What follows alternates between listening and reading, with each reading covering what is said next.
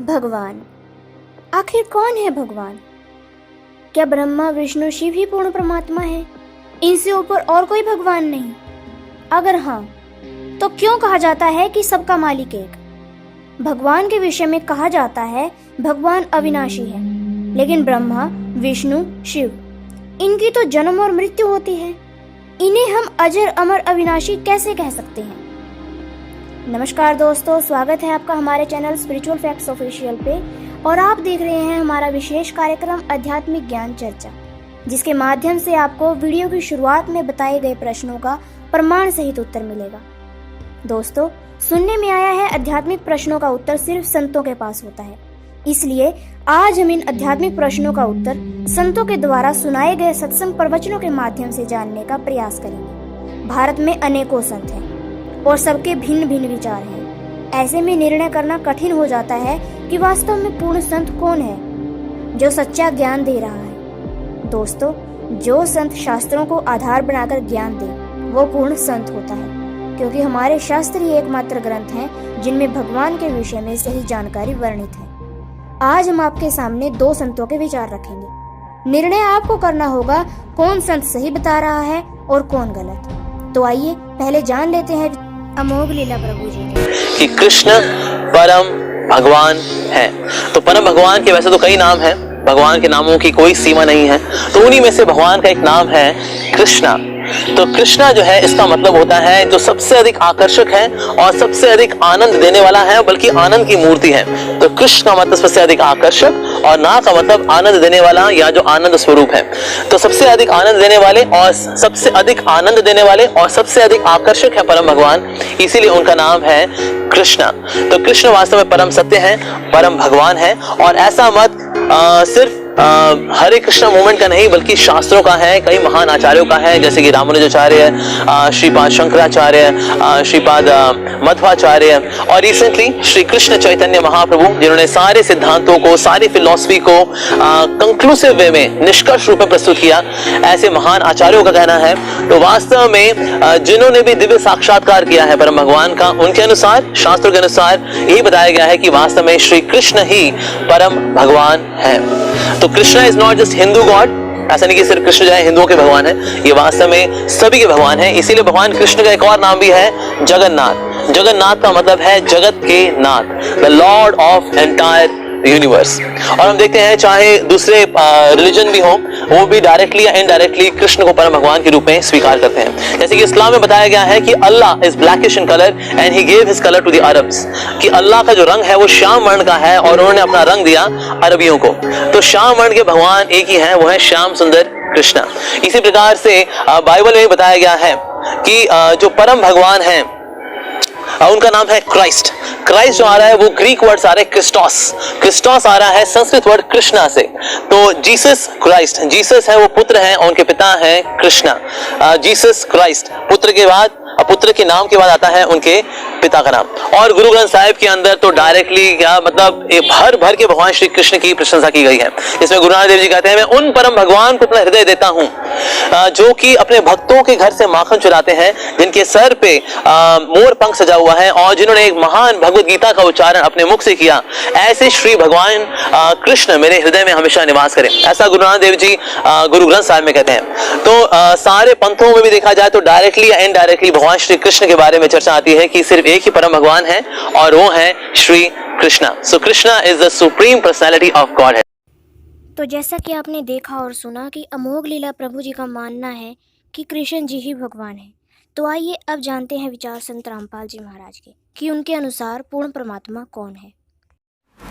पहले तो आपको छोटा सा यहाँ एक सृष्टि रचना की जानकारी देंगे और उसके बाद फिर हम आपको परमात्मा के विषय में जानकारी देंगे, परमात्मा की पहचान बताएंगे। अब सृष्टि रचना परमात्मा ने स्वयं आकर यथार्थ बताई है। चारों वेद भी यही गवाही देते हैं कि परमात्मा ही अपने द्वारा रची हुई सृष्टि को ठीक ठीक बताता है, विस्तार के साथ बताता है। तो पुणात्माओं 600 वर्ष पहले परमात्मा ने आकर बताया था, क्योंकि परमात्मा के गुणों में लिखा है कि वो भगवान सतलोक में रहता है, वहाँ से गति करके आता है, अपनी प्यारी आत्माओं को मिलता है। तो उनमें से किन किन को मिले थे? आदरणीय धर्मदास साहिब जी, आदरणीय मुल्कदास साहिब जी, आदरणीय नानक साहिब जी, आदरणीय दादू साहिब जी, आदरणीय गरीबदास साहिब जी, गांव छुड़ानी, जिला दद्दर, हरियाणा वाले, आदरणीय घीसा दास साहिब जी, गांव खेखड़ा, जिला मेरठ और उत्तर प्रदेश वाले। धर्मदास साहिब जी ने पूछा था परमेश्वर से, हे परमात्मा, हम किस कारण से यहाँ काल के जाल में फंसे हैं और ये सृष्टि रचना कैसे हुई की परमात्मा आपने? तब परमात्मा ने क्या बताया था? धर्मदास ये जग बोराना, कोई न जाने पद निर्वाणा, यही कारण मैं कथा पसारा, जग से कहिए एक राम नियारा। अपने आत्मा परमात्मा ने अपने आप को गुप्त रखते हुए अपने द्वारा रची हुई सृष्टि का ज्ञान कराया, क्योंकि हम इन अज्ञानी संतों के द्वारा भ्रमित किए हुए ये मानते हैं कि परमात्मा निराकार है, और यदि कोई श्री राम और श्री कृष्ण के अतिरिक्त कोई ये कहता है कि मैं भगवान हूँ, हमें स्वीकार्य नहीं। ऐसा था। और इसी प्रकार मुसलमान धर्म के अंदर कोई ये कहे कि हजरत मोहम्मद के बाद कोई ये कहे मैं खुदा का रसूल हूँ, उन्हें मानने नहीं। इसलिए परमात्मा ने अपनी जानकारी को इसी तरीके से दिया कि ताकि इनका गला उतर जा, किसी प्रकार ये सुन लें। अपने आत्मा 600 वर्ष पहले परमात्मा कबीर जी ने वो ज्ञान बताया था, सृष्टि रचना बताई थी, पुराणों वेदों और गीता जी का ज्ञान बताया था। लेकिन इन अज्ञानी ऋषि महर्षि आचार्यों ने परमात्मा के इस ज्ञान को हम तक आने नहीं दिया। ये कह करके इन्होंने परमात्मा से दूर कर दिया हमारे को कि कबीर अशिक्षित है, ये क्या जाने इन वेदों और गीता के गूढ़ रहस्यों को। ये जो बोल रहा है कि ब्रह्मा विष्णु महेश के जन्म मृत्यु होती है, इसके माता पिता हैं, ये झूठ बोलता है। इस जुलाई की इस दानक की बातों को मत सुनना, ये हमारे हिंदू धर्म का विरोधी है। पुणात्माओं 600 वर्ष पहले परमात्मा ने जिसको अशिक्षित अज्ञानी कहा करते थे, उस परमेश्वर ने 600 वर्ष पहले वो ज्ञान दिया था जो आज हमारे सदग्रंथों में विद्यमान है। आपको दिखाते हैं।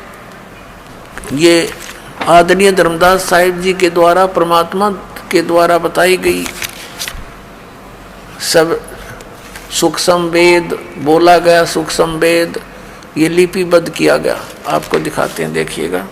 कबीर सागर ये संपूर्ण 11 भाग, खेमराज श्री कृष्ण दास प्रकाशन बम्बई। ये कबीर पंथियों के द्वारा ही संशोधित है। कबीर पंथी भारत पथिक स्वामी युगलानंद विहारी द्वारा पुरस्कृत। मुद्रक में प्रकाशक हैं खेमराज श्री कृष्ण दास, अध्यक्ष श्री वेंकटेश्वर प्रेस, खेमराज श्री कृष्ण दास मार्ग मुंबई। ये है ज्ञान बोध, पृष्ठ नंबर 21 पे आपको सुनाते। ये बोध सागर इसका खंड है, ज्ञान सागर इसका अध्याय है, 21 पृष्ठ पे है।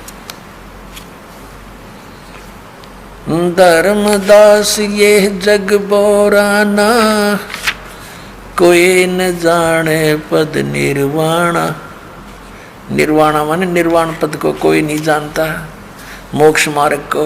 ये सब संसार विचलित है।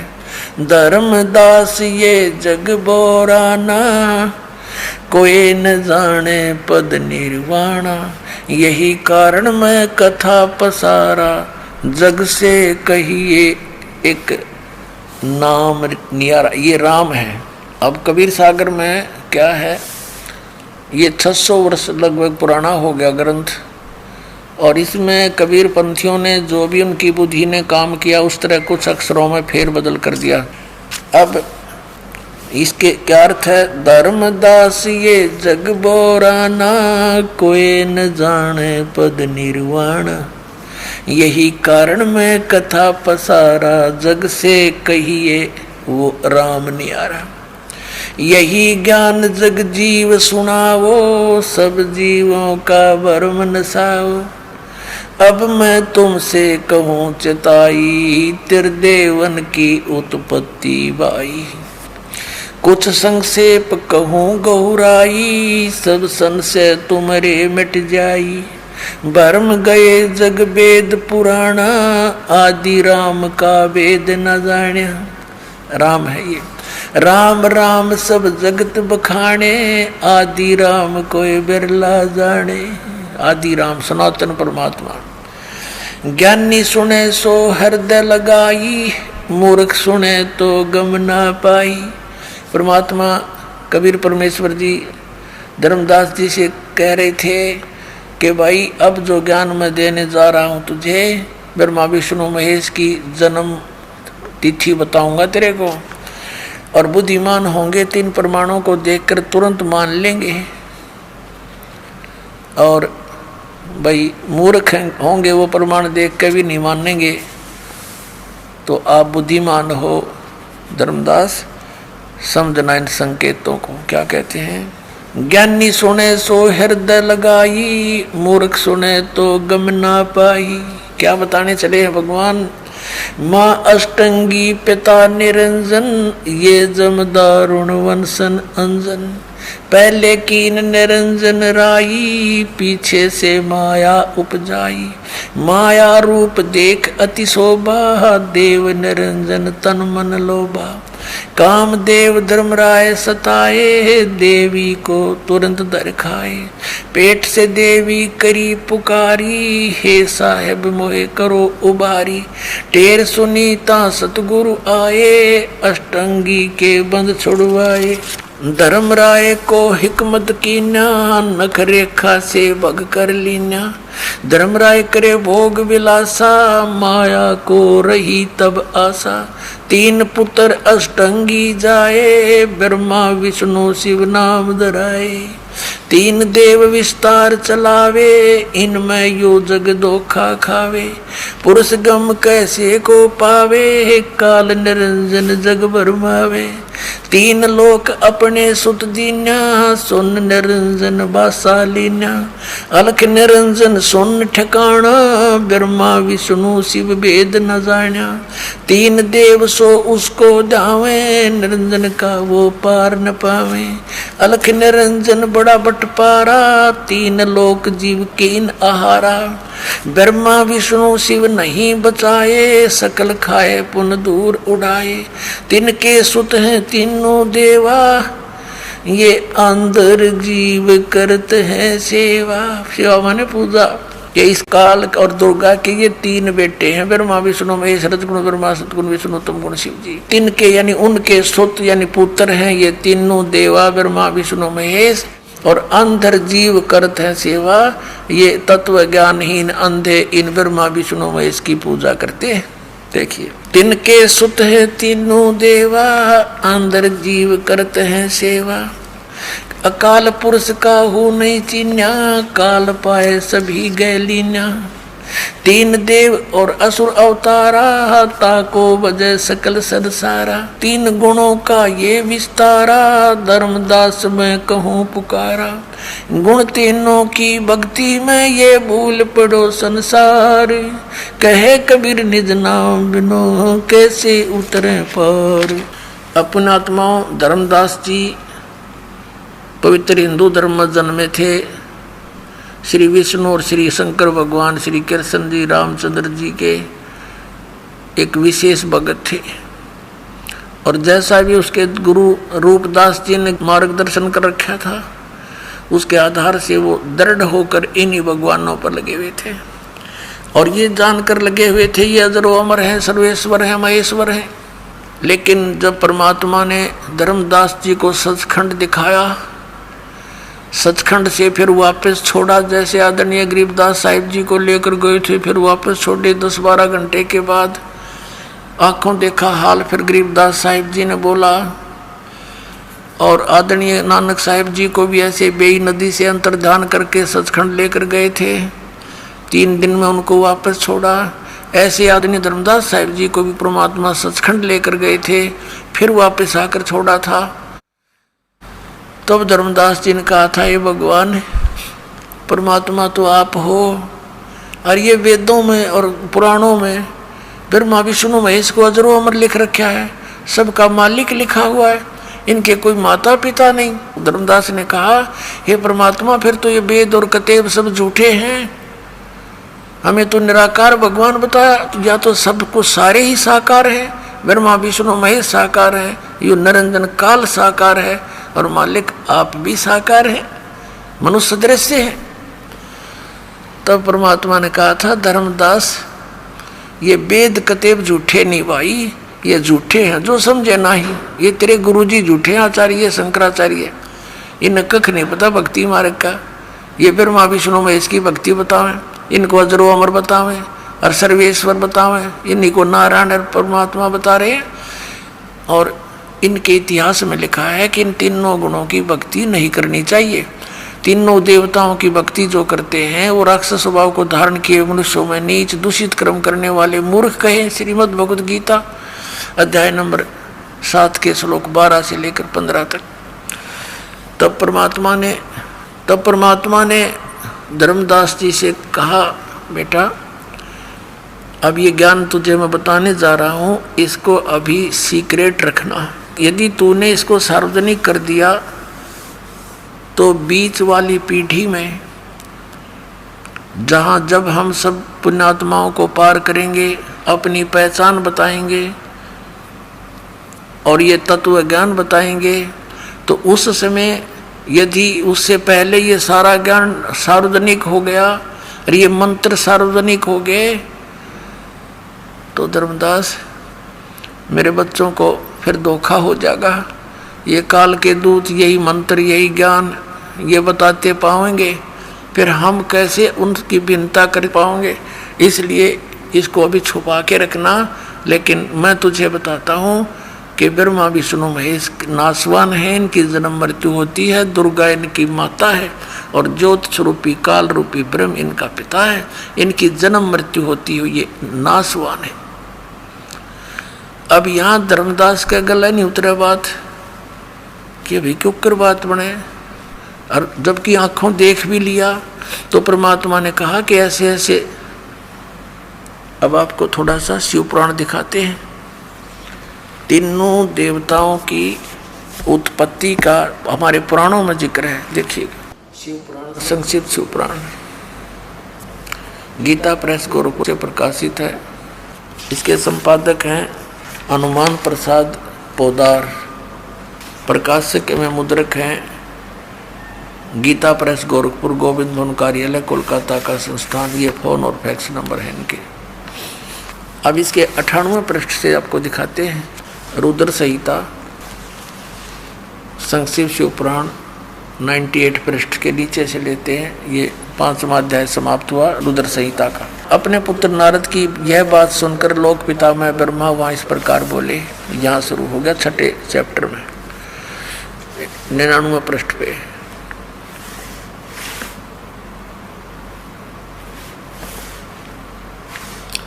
ब्रह्मा जी ने कहा, ब्रह्मन देव शिरोमणे, तुम सदा समस्त जगत के उपकार में लगे रहते हो। तुमने लोगों के हित की कामना से बहुत उत्तम बात पूछी है।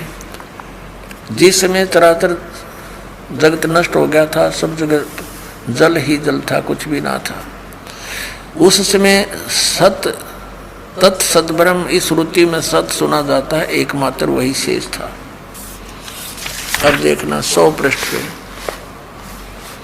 शिव पुराण 100 पृष्ठ पे, जिस परब्रह्म के विषय में, ये इसको परब्रह्म कहते हैं काल को, जिस परब्रह्म के विषय में ज्ञान और अज्ञान से युक्त पूर्ण युक्त युक्तियों द्वारा इस प्रकार विकल्प किए जाते हैं, कुछ ज्ञान कुछ अज्ञान, यानी सच्चा झूठा। उसने कुछ काल के बाद द्वितीय की इच्छा प्रकट की, उसके भीतर एक से अनेक होने के संकल्प उदित हुए, तब उस निराकार परमात्मा ने अपनी लीला शक्ति से अपने लिए मूर्ति यानी आकार की कल्पना की। जो मूर्ति रहित परम ब्रह्म है उसकी मूर्ति ये भगवान सदाशिव है। अर्वाचीन और प्राचीन विद्वान उन्हीं को ईश्वर कहते हैं। उस समय एकाकी रहकर स्वेच्छानुसार विहार करने वाले सदाशिव ने अपने विग्रह से स्वयं ही एक स्वरूप भूता शक्ति की सृष्टि की। अब ये तो ब्रह्मा बोल रहा है, कुछ परमात्मा से सुना हुआ ज्ञान, कुछ अपनी अटकलबाजी। वास्तविकता ये थी कि काल ने दुर्गा को खा लिया था, शक्ति को परमात्मा ने इसके पेट से निकाली थी और फिर उनको सतलोक से निष्कासित कर दिया था। ये मिलता जुलता ज्ञान परमात्मा से सुना हुआ, क्योंकि परमेश्वर ने आके कबीर जी ने इस ब्रह्मा जी को, विष्णु जी को, शिव जी को ये ज्ञान सुनाया था, पर इन्होंने स्वीकार नहीं किया। काल के दबाव था, अपने पिता के प्रभाव से। अब देखिएगा, अपने विग्रह से स्वयं एक स्वरूप भूता शक्ति यानी स्त्री की सृष्टि की, जो उनके श्रीअंग से कभी अलग होने वाली नहीं थी।